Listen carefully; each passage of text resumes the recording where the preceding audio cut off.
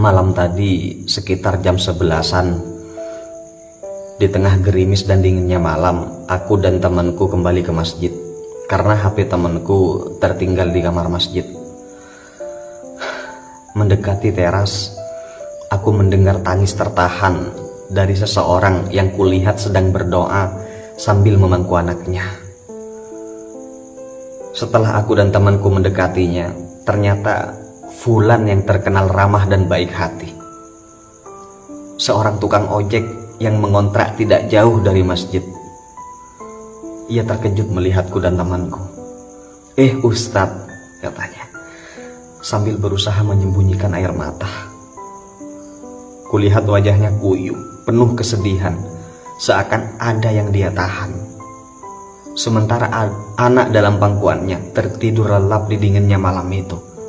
"Sholat malam kok bawa si kecil, Mas?" tanyaku.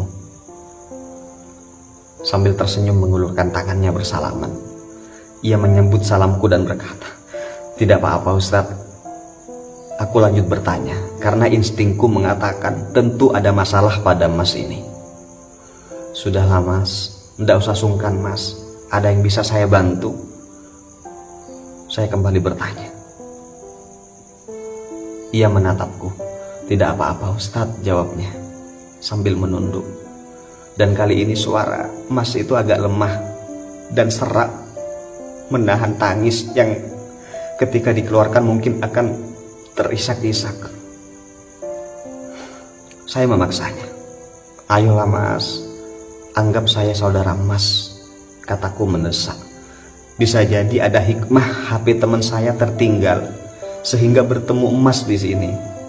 Lanjutku pada dia. "Bisa jadi ada yang Allah inginkan dari pertemuan kita ini." Lalu Mas tukang ojek itu mengangkat kepalanya, menatapku dengan mata yang berlinang. "Dari kemarin saya belum makan Ustadz," katanya terisak. "Sedangkan anak istri saya hanya makan sepiring lontong pagi tadi. Saya sudah berusaha, namun saya malu harus meminjam ke siapa lagi. Orderan ojek pun sepi, lagian motor saya tak ada bensinnya Ustaz."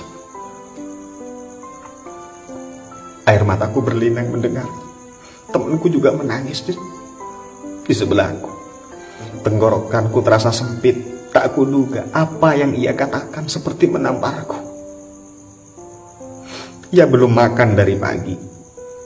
Anak istrinya hanya makan lontong, sementara pagi tadi di rumahku ada sebungkus lontong yang berlebih hingga akhirnya terbuang karena basi.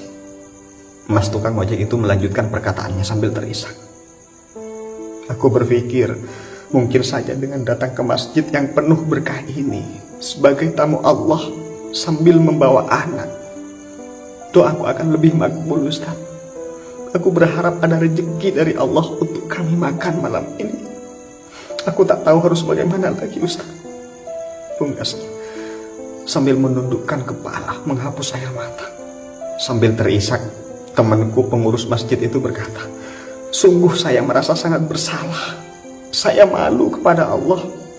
Di saat kami pengurus masjid berencana membangun ini dan itu, program ini dan itu, ada warga kami yang tidak makan.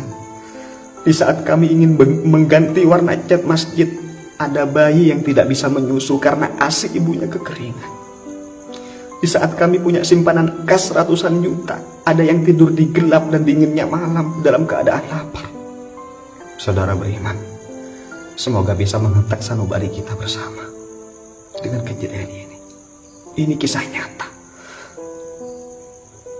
Mulai saat ini, lihatlah tetangga sekeliling kita. Mungkin di antara rezeki kita ada rezeki mereka yang Allah titipkan melewati jalan kita, melewati rezeki kita.